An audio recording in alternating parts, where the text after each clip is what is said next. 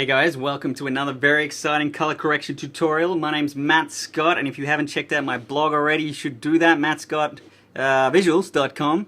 And yeah, here I have a whole bunch of free lighting setup tutorials and a whole bunch of color grading tutorials for DaVinci and Edius, and yeah, you should check it out. It's all free, it's freaking awesome, possibly the best blog on the internet. But today what I want to talk about is what is the difference between color correction and color grading, and what is this elusive film look that we're all trying to achieve, and how do we achieve it? So the film look, in my opinion, has little to do with color correction. So color correction is obviously very useful, and in some instances, like this one, it can completely transform a scene. So here you can see I shot this with red scarlet, and I missed the sunset, but then with a few simple steps, I added a sun, some glow, put it behind the clouds, and added some color. So that looks pretty awesome. Completely different scene. Color correction / compositing played a huge role in this shot. Actually, there's a complete tutorial on that if you want to check it out. It goes for an hour or some shit like that. But anyway, what about this shot? So here we have a clip. Thank you to Lucas Sheffel who let me actually use this clip for this tutorial. I shot this film with him and the crew about a month ago. It's called Dead Therapy. Check that out on Facebook, Dead Therapy Film. Written by Brett Bentman, directed by Lucas Sheffel. Hell of a film, can't wait to see it. So, this shot has some pretty basic color correction done to it, but it looks freaking awesome, dare I say, it looks freaking awesome. And I've actually consulted some of my snobby film mates who are obsessed with shooting film for whatever dumb reason, and they all asked me, without me saying, did you shoot this on film? So it made me wonder, what the hell is this film look, and what makes something look like film? What is the film look? So you might argue that the film look means that it's the way the highlights roll off, it's the way there's a grain and structure to, you know, a texture to the film. No, it's a lot more than that, trust me. The film look cannot be just done in post. The film look starts in pre-production. The film look starts with an awesome location like this. It starts with amazing actors. It starts with really good blocking, obviously lighting, lens choice, camera movement. It also has to do with things like, I made sure that this dust was in the air before every single take. I ran up those stairs, I grabbed a broom, and I smashed it around to add that atmospheric particle shit that you see right there. It totally adds to this shot. The heavy 1.2 HMI backlight, that adds to this shot. The reflection in his eye of the reflector filling in his face, it adds to this shot. The guy who seems completely nervous and worried that he's going to get attacked by a freaking zombie. All of this stuff is coming together, and all of this stuff is creating that film look. So the color grading is the final step. So here's a very flat red log film. We've added contrast, we've added color, we've added film grain, we've added a bloom to the highlights, but you get my point, right? The film look starts before, well before you press record, and has little to do with post-production. Let's have a look at what we do in post when all of those things have come together and you have something really cool to work with. Okay, so we're not in DaVinci Resolve, but we are going to be doing some, dare I say, advanced color correction. I'm not a colorist, by the way. I just do this because I have a strong belief that if you understand your medium and know how to color correct, it gives you a huge advantage on set behind the camera as a DOP. So we're using a program today called Edius. This is Edius 7 Pro, and in my opinion, it's the best NLE out there. It's the fastest, it's real time, it accepts any footage from any camera. And did I mention it's real time? So anyway, it's very, very powerful, and yeah, you should check it out. There's a free 30-day trial. Anyway, let's have a look at how I started grading this shot. Here is the original here. One thing you'll notice straight away is this blue box here is wider than 16:9. So that is part of the film look, right? That CinemaScope look. Well, sometimes no, but generally speaking, yes. A wide screen format, wider than 16:9, generally people would say, yes, that's more of a film look. So, how do we get that? Well, we just went to Settings, Project Settings, and if we change those current settings, instead of just choosing 16:9, 1920, 1080, I've gone custom and gone 1920 by 814, making sure pixel aspect ratio is 1:1. And yeah, so this is roughly equivalent to a 2.35:1 aspect ratio. So, that's pretty cool. And if we just go to the information tab on this clip, so we click on the clip, go to the information, and double click the layout tool. The layout tool allows us to move this shot around, rotate it, resize it, all that stuff. But if we just have a look at the default settings, you'll notice 16:9 here. And what we need to do is fit the width of this shot to the frame. So we just double click fit width, and boom, there we go. So because I did frame this for 2.35:1, everything should stay nicely in that frame. So that's, you know, we're getting there. So let's have a look let's just pause this on a nicer frame. You can see how far I've come with this grade. But remember, the film look already happened way before we started grading this. But anyway, enough of that. Let's have a look at what the next step would be. We've got our CinemaScope aspect ratio. Next thing we want to do, and the thing I always do for every shot, is adjust contrast. So to do that, we need to bring up our waveform monitor and our scopes. To do that, we're going to go to Effects. And what we could do is go to Color Balance. Now this is just a standard set of filters. Everything I show you today is going to be a standard feature that you should be able to find in any professional editor. But what we could do is go straight to our contrast and just increase contrast. And as you can see here, the red log image has no true black point and no true white point because it's been shot super flat to retain that information. And as soon as we slide our contrast, it's created a nice black point and a nice white point, and we could always split the screen and check that out. Now, I never use this because I feel like it's a limiting tool. The problem with these sliders are we could also increase chrominance values as well, and we could also try and correct our shot. So now, you know, we've got a pretty good looking shot, right? But the problem with this is all of these adjustments are linear adjustments. In other words, the chrominance and the contrast have been adjusted on a linear scale. Every single pixel is being affected by 53 in this example. So if I want to adjust things non-linearly, you've got to get used to what's called a YUV curve or an RGB curve. Now curves, let's just drop that filter on and double click on the properties for that. A curve allows us to adjust things non-linearly. And let me explain that by using it. So we can add anchor points to this curve, and those anchor points allow us to adjust different parts of the image by different values. And what that's going to allow us to do is create what's called an S-curve. So I'm sure you've all heard of an S-curve before, or a contrast curve. Well, that's exactly what this shape represents. So with this S-curve, it allows us to create a black point, and it allows us to create a white point. But it also allows for this nice roll-off here, as you can see, and that's something the linear slider does not allow for. But it also allows us to lock off certain areas and only affect certain areas. For example, I can slide this down here so we still have roughly the same curve, but now I can just bring up those shadows even more while still maintaining that black point. What I could do as well is blow out those highlights or back them off a little bit. Or what I could do is just lock this mid area here and only affect that. Pretty cool. So the idea with curves is it gives you a lot more freedom and a lot more control over the contrast that you're creating. And remember, you can always go back and check this. We can always split the screen and you can see what I've done there. Now the beauty of Edius's YUV curve is it allows you to only work on Y, which represents luminance, and the U and the V channels, we can work on those separately. So now that we've created contrast, and let's make sure I got a nice black point there, what I'm going to do next is add color. Saturation, because remember, red log film is very desaturated as well. So the next thing I'm going to do is play with the U and the V. So U represents half of the color and Y represents the other half of color. So what I'm going to do now, instead of creating curves, which is a little bit fiddly, we don't actually need to do that. All we're going to do is just slide this point here, and do that exactly the same on both. And what you can see now is the shot is a lot more saturated. And if we move this down here, what you want to do with this scope here, which represents color and saturation, and you can see R represents red, cyan, blue, green, yellow, magenta, basically your three primary colors and your tints.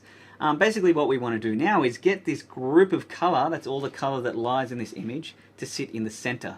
So what we can do is grab our color points, and if we move this point to the left or right, you can see what's happening there. So we want all this information to sort of sit right smack bang in the middle to make sure we've balanced our colors out, because maybe my white balance was a little warm. So now you can see the before and after of one filter, the YUV curve, how powerful it is. We've fixed our contrast and we've fixed our color balance. So let's press OK on there. Remember, this is real time, and this is YUV uncompressed 10-bit. We're working in a 10-bit color space, which is also very important. Not all professional editors allow you to color correct in 10-bit. So if we go settings, project settings, we can always check that here. So quantization bitrate is 10-bit, great.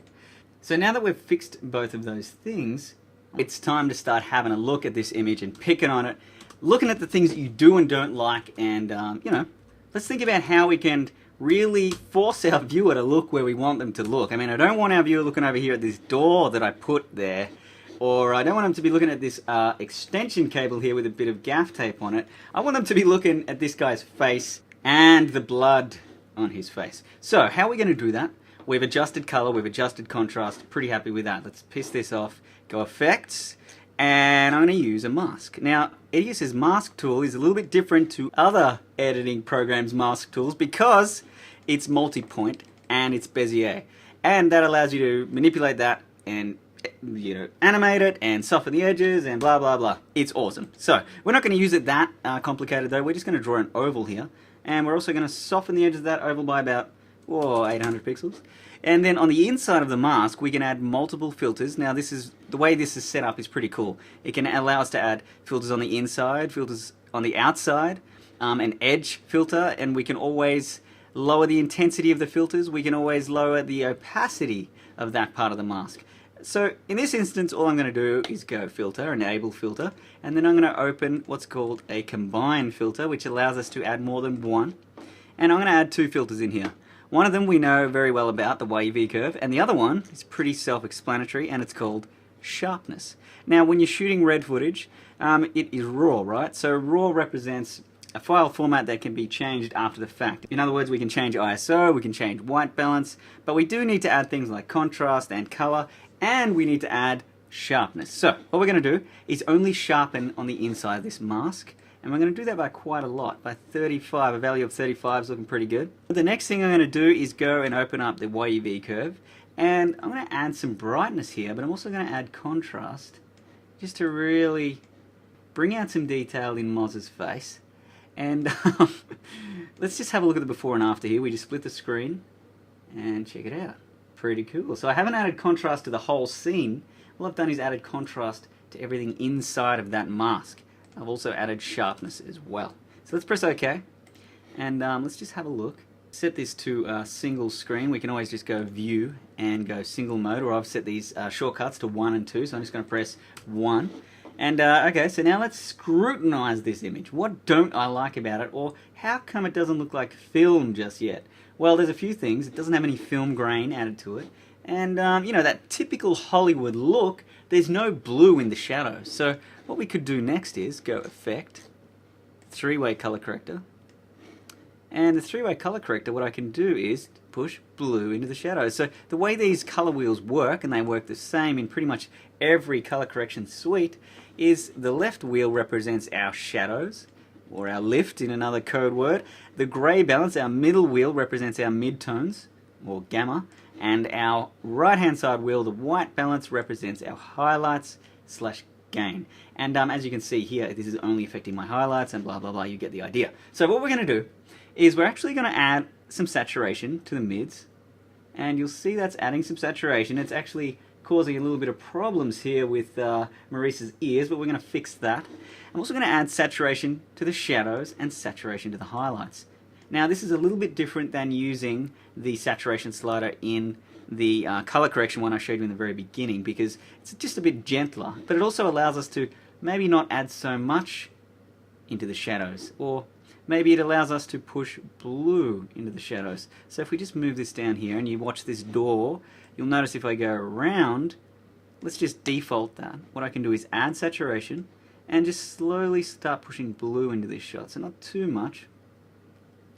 I'm thinking that looks kind of cool. And remember, we can always just split the screen and just have a look before and after. So we're getting there. Not too bad. We can always just push a bit of warmth into the mids as well. Maybe. Could look cool. We can always try. And we can just fix our whites up. They don't look white anymore, they're a bit blue. So I just push the opposite color in. Whenever you're trying to correct a color, all you need to do is push the opposite color in. So now we've done some further color correction, added some extra saturation, and we've added a tint to the blues. So one more thing we could do, and let's just bring up our scopes. So I'll just press OK, and our scope little shortcut is here, or I've just set a keyboard shortcut. Let's have a look at our scopes. Now we have a couple of problems now. Our whites are clipping. In other words, our whites are beyond white, so detail is being lost. Our reds are extremely overexposed. They're way outside the box, and those reds are right here in this guy's ears. So what we can do is just monitor what's happening as we move this stuff around. So maybe I want something around there is kind of cool. I'll cool it off a bit actually. Yeah, so that's looking pretty good. But yeah, these reds are a problem, so we need to fix that. But also what we can do in here, use these gentle roll-off contrast adjusters for the highlights, for example, and watch what happens to my clipped highlights. I'm just going to bring them down to a safe level. Pretty cool. And same thing can be said with our shadows. We could drop that black point so it's perfectly black and raise our mids a little bit just to give us a nice looking image. I think that looks pretty good. Okay, so we do have a problem now though, that our ears are way too saturated. And let's just look at a quick before and after here. I'm just going to full screen this, and you can see we've come quite a ways. Pretty cool. But there's one key thing that I want to do to this that's really going to help transform the shot. First of all, let's just fix these ears. Now, how are we going to do that? Well, you might think that we could use a mask and, you know, draw a perfect mask around the ears and track them, but I'm going to do something a lot simpler and a lot more efficient. We're going to use the three-way color corrector again, but this time we're going to use it slightly differently. Now, how this works is, we understand how the wheels work, right? What about this limiting tool, or better known as a qualifying tool? Well, the way it works is we have three questions that we need to answer. What color are the ears? How saturated are the ears? And how bright are they? So once you enable all these qualifiers and you turn your key on, nothing seems to have happened because we have these range selectors here. And at the moment, saturation is only looking in the midtones. Luminance is only looking in the midtones, and the hue is only looking at the green and blue. So if I just slide that over to orange, check it out. My key is revealing the ears. Pretty cool. Pretty cool. Now we could increase the luminance range to increase darker portions of the ear. We could also increase saturation range in the shadows. But you know what? I'm going to keep it about there.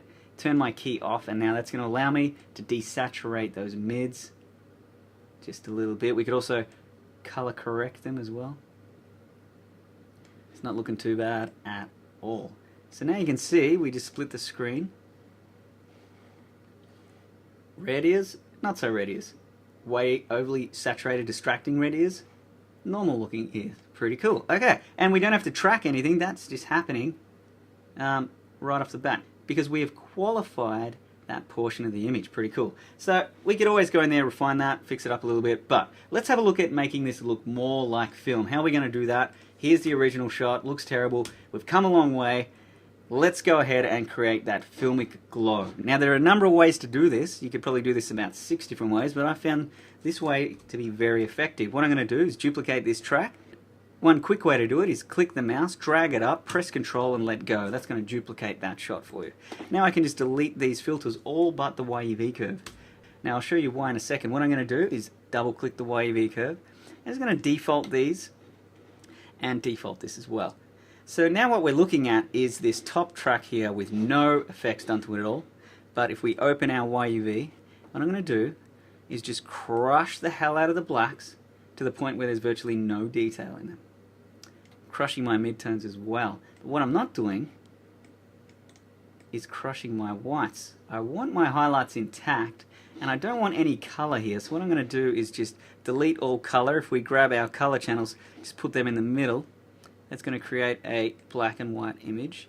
And all we're going to use this for is to control the amount of glow we have and where our glow shines through. So what I'm doing is just creating a very high contrast image, making sure that I have pure black in here. And yeah, let's just press OK and have a look at that. So here is the shot on top of our color corrected shot. So what we're going to do now is enable that again and go Effect. And we're going to blur that. So we use the beautiful 10-bit Gaussian blur, not just the standard blur. This Gaussian blur is absolutely stunning. And what we're going to do is drop that down to 2. Remember, this Gaussian blur is real time, no rendering, pretty awesome. So we get 2% blur there, it's looking pretty good. But how are we going to blend this with the shot underneath?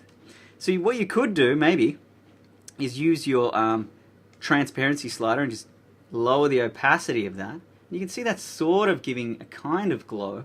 But I'll tell you a better way to blend video tracks. If we go Effect, go down to Keys, and Blend, then we've got all these blending modes just like we would have in Photoshop. So I'm going to use Screen, and I'm going to drag that onto the transparency portion of my video track, and check it out. Now, if we just enable and disable this track, you can see what it's doing. It's adding this beautiful glow. And the cool thing is we have absolute, complete control over how much glow, what portions of the image glow. It's a really, really cool way to create film glow, in my opinion. We could always tint the glow as well, make it yellow, for example. We can just increase our Gaussian blur, and that's going to increase the amount of glow. I'm going to leave that at 2% because I prefer using the YUV curve to increase or decrease where that glow is coming through. And one way to check that is just to turn off the screen mode and play with the YUV curve, and basically anything that's white or grey is going to start allowing that glow to shine through. So I don't necessarily want any glow on his face because I want that to be fully sharp with full details. I'll keep that black. Anything that's white is going to allow glow through, and the whiter it is, the more glow shines through. So we go back, click on transparency, turn our key back on, and we've got this beautiful looking glow. I'm pretty damn happy with that. And if we have a look at the original shot, let's just kill all these effects here and just go full screen. You can see it's really coming together. Maybe I've sharpened this a little bit too much, so I could always go back to my original, go to the mask, open the properties inside the mask, and just delete some of that sharpness. Maybe about 20. Should be good. Let's press OK. Okay, so looking pretty good. Looking pretty good. One more thing we could do to this. Could do with a bit of tweaking. I feel like my blacks are a little bit crushed, and they're not truly black either, so I'm going to fix that in a second. But another thing we could do is add film grain. Now, Idius has a pretty cool old movie effect, and you might think this is a cheesy effect, so I'm just going to add this. And by default, it is pretty damn cheesy. I mean, it's got dust and hair and scratch noise and frame jitter and all that stuff. Let's turn all that off. You could just add film grain, and the more you add, obviously, the more appears. Now, this is pretty simple film grain, and I've gone over the top with it there, but I'm going to show you a much, much nicer real film grain that I created for free. If you go back to my blog, I've got, on the download section, you've got Matt's Homebrew for free 4K film grain, and basically what it is real scanned film grain that's been animated, and if we just drop that on top of here, and just fit the width of that, remember this is 4K film grain, and in that regard, what I might do is just expand it beyond its 50%, which has been scaled down to 1080p. I'm going to make that maybe 75% and press OK. And then once again, we're going to blend that using a blending mode, but this time I'm going to use overlay. Now we've got this awesome film grain that maybe 75% is a bit chunky, so we can always go back. Remember, the smaller it is, the finer the grain structure, so we go back to the layout tool, and I'm going to make that, turn that back to 50% and press OK. Now remember, this is a video layer, so this layer we can change the opacity of, we can tint it if we like, and yeah, it's a realistic film grain that you can compare to film grain that you purchase. I've compared it to stuff that I've purchased, and I think it's just as good. So, for free, download that shit, it's sick. So we're starting to get this film look, it's looking pretty damn good. We've got film glow, we've got film grain. What about this tint in the blacks? I'm not really happy with that. I mean, we do have a bit of blue in the shadows. I'm happy with blue in the shadows, but actual blacks, I want that. And the other thing too, I'm going to raise my blacks a little bit and add a little bit more detail to those shadows. So I can just go to my YUV curve here, just pump that up a little bit. It's looking a bit better. And then what I'm going to do is go Effect, and we'll use three-way color corrector again. So remember, we're only using 3 filters really. Once you understand the power of these filters, you can pretty much do anything. And this is the same for DaVinci Resolve.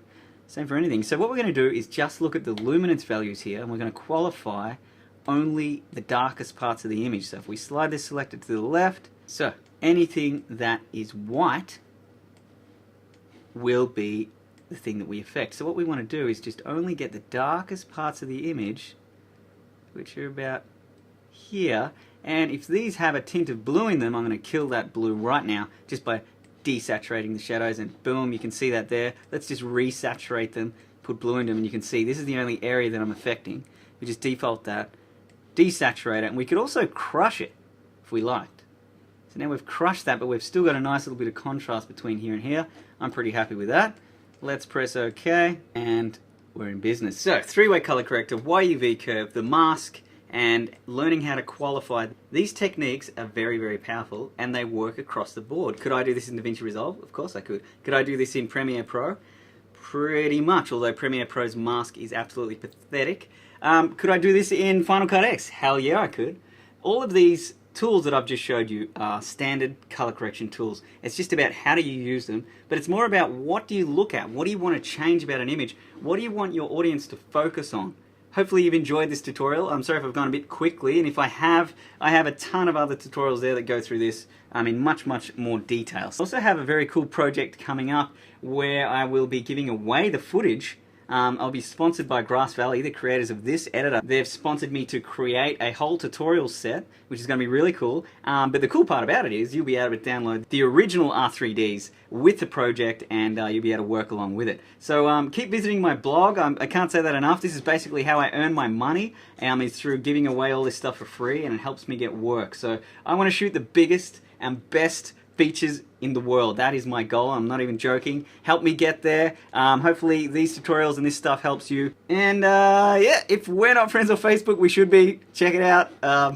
Facebook's cool. This coffee, oh my god, it's so good. I just came back from Japan, and I'm addicted to this stuff, so I bought a slab. Peace!